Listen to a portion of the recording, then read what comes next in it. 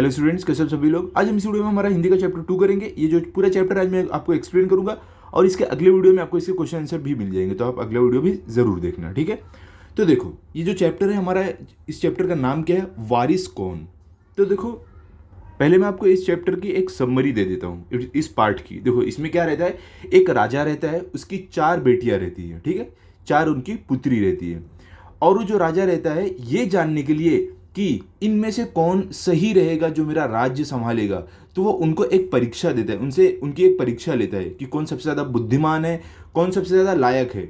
तो चारों में से जो उस परीक्षा में पास होगा उसको वो अपना वारिस बनाएगा, मतलब अपनी राजगद्दी उसको देगा, ठीक है। अब देखते हैं हम कैसे वो राजा परीक्षा लेता है, किसको राजगद्दी वो मिलती है, वो सब हम इस चैप्टर में देखने वाले। तो हमारा जो पार्ट है, इसके राइटर कौन है, विभा रानी, इन्होंने ये चैप्टर को लिखा है, ठीक है, ये पार्ट को लिखा है, ये स्टोरी को लिखा है, बोल सकते हो।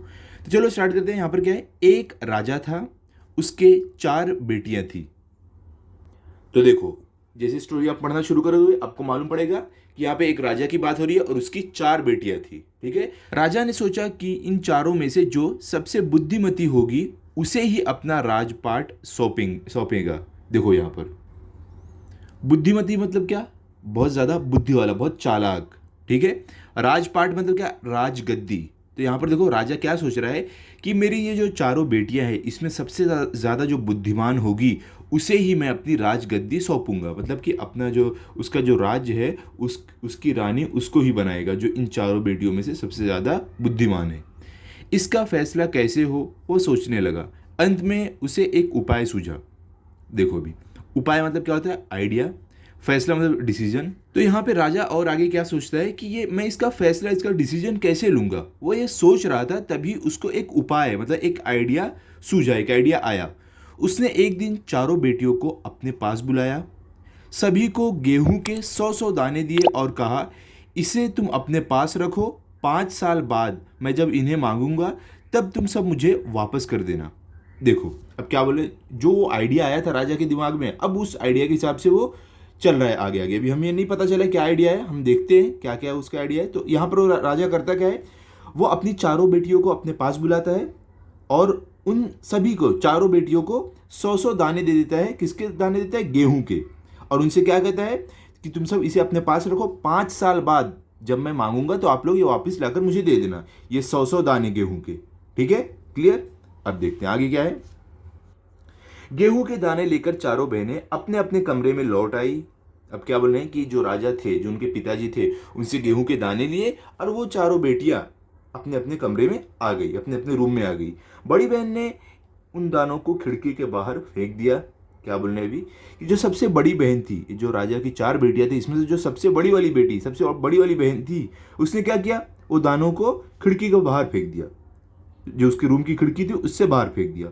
उसने सोचा, आज से 5 साल बाद पिताजी को गेहूं के इन दानों की याद रहेगी क्या। वो देखो, वो क्या सोच के उसने फेंका बाहर, बड़ी वाली बेटी ने गेहूं के दाने, वो सोची कि 100 दाने तो है, मेरे पिताजी इतने बड़े राजा हैं, आज से 5 साल बाद उनको ये 100 दाने याद भी रहेंगे क्या, और जो याद भी रहा तो क्या हुआ, भंडार से लेकर तो दे दूंगी। तो और वो क्या सोची, अगर पिताजी को याद भी रहा 5 साल बाद कि 100 दाने मैंने इसको दिया था, तो क्या फ़र्क पड़ता है, जो भंडार है मतलब जो स्टोर, जहाँ पे स्टोर करते हैं अपने राज्य का गेहूं, राशन, ये सब, वहाँ से मैं लेकर दे दूंगी, उसने सोचा, क्योंकि उसके पिताजी का ही तो है वो जो स्टोर जहाँ पे करते हैं, जो वेयर हाउस है, वहाँ से सोची मैं लेकर दे दूंगी। ओके, चलो भी आगे देखते हैं। बाकी बेटी जो है, या बाकी जो बड़ी बहन की बाकी बहनें हैं, उन्होंने क्या किया गेहूं के दाने का। दूसरी बहन ने दानों को चांदी की एक डिब्बी में डालकर उसे मखमल के थैले में बंद करके सुरक्षा से अपनी संदूकची में डाल दिया। तो जो दूसरी बहन थी उसने क्या किया, इस सिल्वर की जो उसके पास डिब्बी थी उसमें 100 दाने डाले, डालकर एक मखमल के थैले में डाला उसको, और अपनी संदूकची में, मतलब अपने आप बोल सकते हो बॉक्स जो रूम में रहता है उसमें डालकर उसने रख दिया, एकदम सेफली, एकदम सुरक्षित। सोचा 5 साल बाद जब पिताजी ये दाने मांगेंगे तब उन्हें वापस कर दूंगी। और उसने क्या सोचा कि मैं इसको सेफली अपने पास रखती हूँ, 5 साल बाद जब पिताजी ये दाने जो है, ये जो सीड है गेहूं के, ये मांगेंगे, मैं उनको वापस कर दूंगी। तीसरी बहन बस सोचती रही कि इसका क्या करूं। चौथी और छोटी बहन तनिक बच्ची थी। क्या बोल रहे हैं कि तीसरी बहन जो थी वो सोच रही थी कि मैं इसका क्या करूँ, वो कुछ और करने सोच रही थी। और जो चौथी, जो सबसे छोटी वाली बहन थी, वो तनिक, देखो तनिक मतलब आप बोल सकते हो थोड़ा, ठीक है। तो यहाँ पे तनिक बच्ची मतलब कि वो छोटी, थोड़ा कम उम्र में कम थी सबसे। शरारतें करना उसे बहुत पसंद था। तो क्या बोल रहे हैं कि जो छोटी वाली बहन थी सबसे, उसको शरारत करना बहुत ज़्यादा पसंद था। ओके। उसे गेहूं के भुने दाने भी बहुत पसंद थे। और जो सबसे छोटी बहन है, उसे गेहूं के भुने दाने भी बहुत पसंद थे। उसने दानों को भुनवा कर खा डाला और खेल में मग्न हो गई। क्या बोल रहे हैं यहाँ पर कि उसने क्या किया, छोटी थी तो उसका दिमाग भी कैसे रहता है, छोटे बच्चे लोग का एकदम चंचल रहता है। तो उसने क्या किया, उसको गेहूं के जो भुने हुए दाने बहुत पसंद थे, तो उसने क्या किया, उसको भुनवा कर खा ली और मगन होकर खेलने लगी। ओके। मगन होकर खेलना मतलब कि एकदम मस्त होकर खेलना, एकदम मस्त मौला होकर खेलना। क्लियर। चलो भी आगे चलते हैं। अब देखो आगे आपको क्या बोल रहे हैं। तीसरी राजकुमारी को इस बात का यकीन था कि पिताजी उन्हें यूं ही दाने नहीं दिए होंगे। क्या बोल रहे हैं। अब जो तीसरी राजकुमारी थी मतलब कि जो तीसरे नंबर वाली बहन थी, सबसे बड़ी, उससे छोटी और उससे छोटी, तो जो तीसरे नंबर पर थी, उसको ये बात पर यकीन था कि जो पिताजी ने 100 दाने दिए, ऐसे ही तो नहीं रखने दिए होंगे हम लोग को हमारे पास, कुछ तो रीज़न होगा, कुछ तो वजह होगी, ज़रूर उसके पीछे कोई मकसद होगा। तो देखो वो क्या सोच रही है तीसरी बहन, ज़रूर इसके पीछे कोई मकसद होगा, कोई पर्पज़ होगा पिताजी का। पहले तो उसने भी अपनी दूसरी बहनों की तरह उन्हें सहेज कर रख देने की सोची, लेकिन वह ऐसा ना कर सकी। क्या बोले, पहले तो जो बाकी की बहन थी उन लोगों की तरह उसने भी सोचा कि मैं भी ये दाने सहेज कर, मतलब प्रिजर्व करके रख देती हूँ, उसको बचाकर अंदर कहीं सेफली रख देती हूँ, लेकिन वो वैसा कर नहीं सकी। ठीक है। अब आगे क्या है। 2-3 दिनों तक वह सोचती रही, फिर उसने अपने कमरे की खिड़की के पीछे पीछे वाली ज़मीन में वो दाने बो दिए। क्या बोल रहे हैं कि जो ये तीसरी बहन थी, पहले 2-3 दिन तक वो सोचती रही क्या करूँ इस दाने का, क्यों पिताजी ने ये दाना दिया होगा। लेकिन फिर क्या हुआ, उसने क्या किया, सोचने के बाद उसने एक दिन अपने जो उसकी खिड़की, जो उसका रूम था, उसकी खिड़की के पीछे वाली ज़मीन पर क्या किया, दाने बो दिए, सीड को ज़मीन के अंदर बो दिया। समय पर अंकुर फूटे और क्या हुआ, कुछ समय बाद देखो, जब आप दाना कुछ रहता है अच्छी जगह अगर बो दोगे ज़मीन के अंदर, तो उसमें से अंकुर निकलेगा, मतलब छोटा सा पौधा निकलेगा। पौधे तैयार हुए, दाने निकले। राजकुमारी ने तैयार फसल में से दाने निकाले और फिर से बो दिए।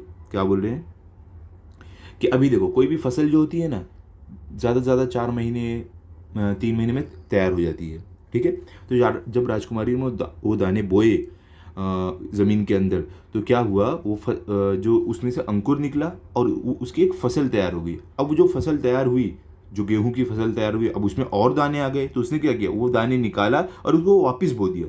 इस तरह 5 वर्षों में उसके पास ढेर सारा गेहूं तैयार हो गया। क्या बोले, इस तरीके से जब नई फसल आती, उसमें से नए नए गेहूं उसको मिलते थे, गेहूं के दाने, तो उसको निकाल कर काट के वापस उसको बो देती थी। ऐसे कर करके उसने 5 साल में कितनी बार किया होगा, सोचो, कई बार किया होगा।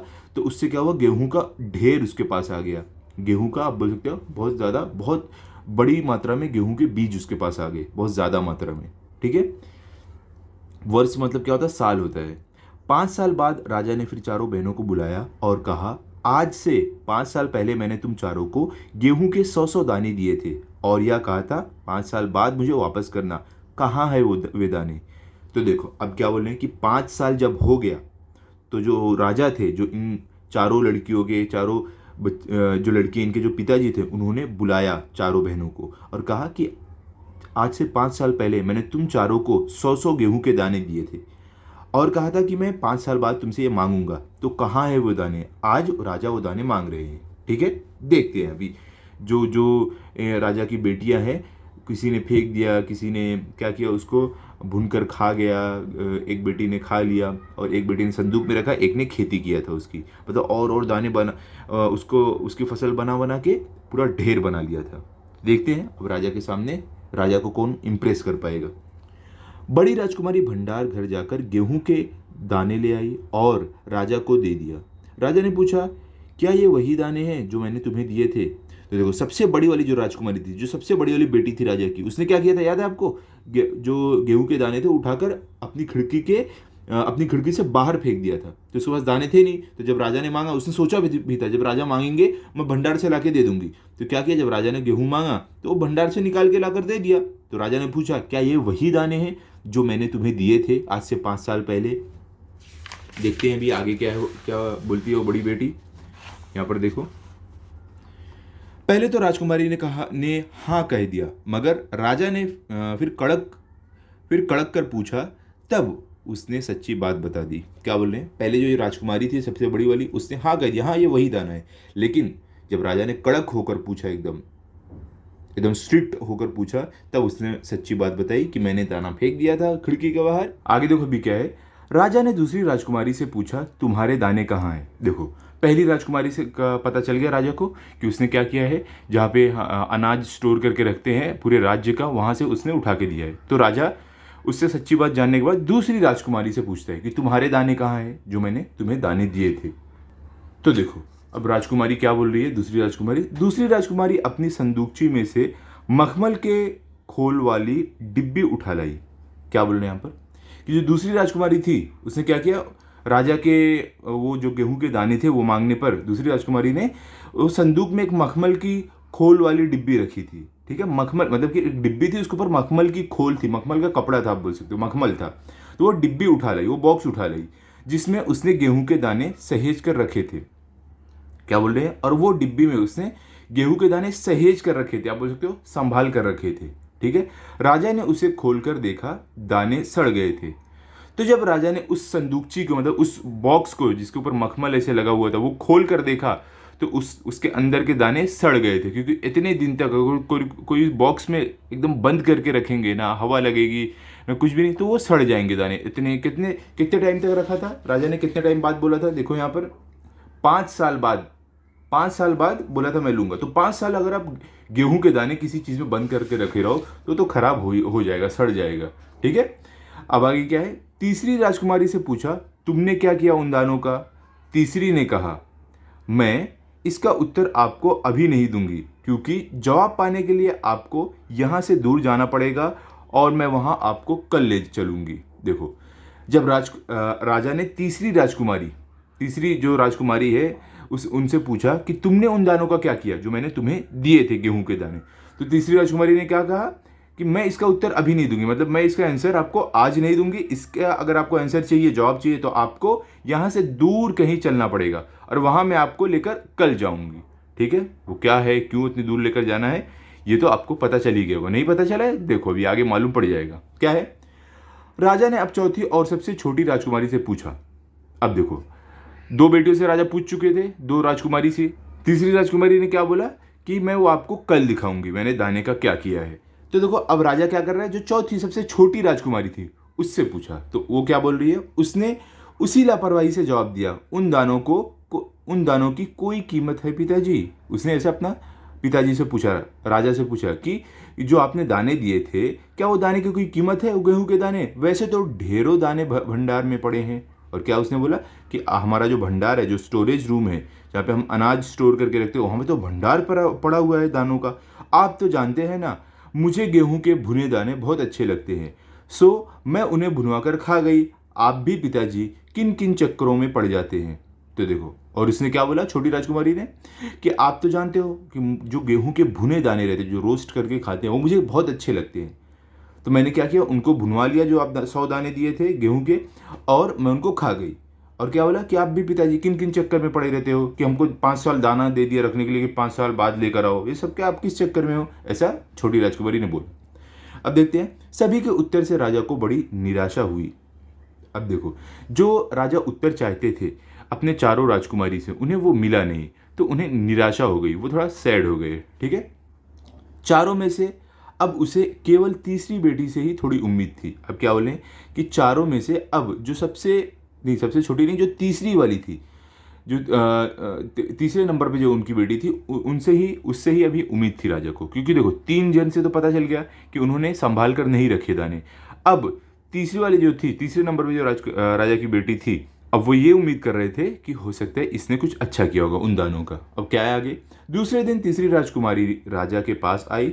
उसने कहा, चलिए पिताजी, आपको मैं दिखाऊं कि गेहूं के वे दाने कहाँ हैं। तो देखो क्या हुआ, जैसे कि तीसरी राजकुमारी ने बोला था कि मैं आपको दूसरे दिन दिखाऊंगी कि मैंने उन दानों का क्या किया, तो वो राजा के पास आई दूसरे दिन और उसने अपने पिताजी को कहा कि चलिए मैं आपको दिखाती हूँ गेहूं के दानों का मैंने क्या किया है। ठीक है, चलो बाकी क्या है। राजा रथ पर सवार हो गया, रथ महल नगर करके खेत की तरफ बढ़ चला। क्या बोल रहे हैं, जो राजा थे वो अपने रथ पर, देखो जो घोड़ा रहता है पीछे रथ रहता है, ठीक है, तो उस रथ पर राजा सवार हो गए और वो रथ महल से निकला, नगर को पार करते हुए, मतलब आप बोलते हो शहर को पार करते हुए खेत की तरफ चला। तो राजा ने पूछा, आखिर कहाँ रख छोड़े हैं तुमने वे 100 दाने? इन 100 दानों के लिए मुझे कहाँ कहाँ चक्कर लगवाओगी? तो राजा ने क्या, जब राजा देख रहा है कि महल से निकल गए, नगर से निकल गए, हम खेत की तरफ जा रहे हैं, तो राजा ने पूछा आखिरकार कि आखिर तुमने वो दाने कहाँ छोड़े हैं? वो 100 दाने तो सिर्फ है और तुम मुझे कहाँ कहाँ लेके जा रही हो? वो 100 दाने इतना कहाँ दूर रख दियो? राजा को ऐसा मन में सवाल आया। तब तक रथ एक बड़े से हरे भरे खेत के सामने आकर रुक गया। क्या बोले, राजा ये बात बोल ही रहे थे, तब तक उनका रथ एक बहुत बड़े हरे भरे खेत के सामने आकर रुक गया। राजा ने देखा सामने बहुत बड़े खेत में गेहूं की फसल थी, उसकी बलिया हवा में झूम रही थी, जैसे राजा को कोई खुशी भरा गीत सुना रही हो। क्या बोल रहे हैं कि राजा ने क्या देखा, जब रथ आकर उस खेत के पास रुका, राजा ने देखा सामने बहुत बड़ा खेत है जिसमें गेहूं की फसल है और उसमें क्या बलिया लगी है। देखो आप देख सकते हो यहाँ पर, ये देख रहे हो आप, ये देखो ये बड़ा सा खेत है जहाँ पे राजकुमारी और राजा खड़े हैं। देखो ये आपको दिख रहा है, गेहूं का एक खेत है बहुत बड़ा सा, इसमें बलिया लगी है। और क्या बोले, और जो बलिया थी ये ऐसा लग रहा था झूमकर राजा को खुशी भरा गीत, एक सॉन्ग सुना रही हो। ठीक है, क्लियर। अभी आगे देखते हैं आगे क्या है। राजा ने हैरानी से राजकुमारी की ओर देखा। राजकुमारी ने कहा, पिताजी ये है वे 100 दाने जो आज लाखों लाख दानों के रूप में आपके सामने हैं। मैंने उन 100 दानों को बोकर इतनी अधिक फसल तैयार की है। तो देखो जो राजा था, जब उसने देखा कि ये फसल कैसी हो सकती है, किसकी हो सकती है, राजा सोच रहा था, हैरानी से एकदम राजकुमारी की तरफ देख रहा था। तभी राजकुमारी ने कहा, पिताजी याद है आपने जो 100 दाने मुझे दिए थे गेहूं के, मैंने उन 100 दानों की मैंने खेती की और खेती करके मैंने उन 100 दानों को लाखों लाख दानों में कन्वर्ट कर दिया, बदल दिया। ठीक है, राजा ने उसे गले लगा लिया और कहा, अब मैं निश्चित हो गया, तुम ही मेरे राज्य की सच्ची उत्तराधिकारी हो। तो देखो जब राजा ने ऐसा सुना कि मैंने तो सिर्फ 100 दाने दिए थे, इसने क्या किया, उसकी खेती की और उसको बदल दिया लाखों दानों में, तो राजा एकदम खुश हो गया और उसे अपने गले से लगा लिया और बोला कि अब मैं निश्चित हो गया हूँ, मतलब कि अब मैं एकदम संतुष्ट हो गया हूँ कि मेरे राज्य की जो सच्ची उत्तराधिकारी, मतलब कि जो मेरे आगे जो मेरा राज्य संभालने वाली है, आप बोल सकते हो जो मेरा वारिस रहेगा, मेरे राज्य का जो अगला वारिस है वो तुम ही रहोगी, ऐसा उसने तीसरी राजकुमारी को बोला था। क्लियर हो गया। तो देखो यहाँ पे क्या हुआ है, वारिस कौन, हमारे जैसे चैप्टर का नाम था वारिस कौन, तो राजा ने किसको वारिस चुना, उत्तराधिकारी, मतलब कि वारिस जिसे बोलते हैं, तो ये तीसरी बेटी को चुना। ठीक है, क्लियर हो गया, समझ गए आप। आई होप ये पूरा चैप्टर आपको अच्छे से समझागा, आप इसको अच्छे से पढ़ लो, रिवाइज कर लो। अगले वीडियो में आपको इसके क्वेश्चन आंसर मिल जाएंगे, तो अगले वीडियो आपको जरूर देखना। मिलते हैं अगले वीडियो में। अगर आपको वीडियो अच्छा लगा हो तो इस वीडियो को लाइक करो, अपने सभी दोस्तों के साथ शेयर करो। Thank you.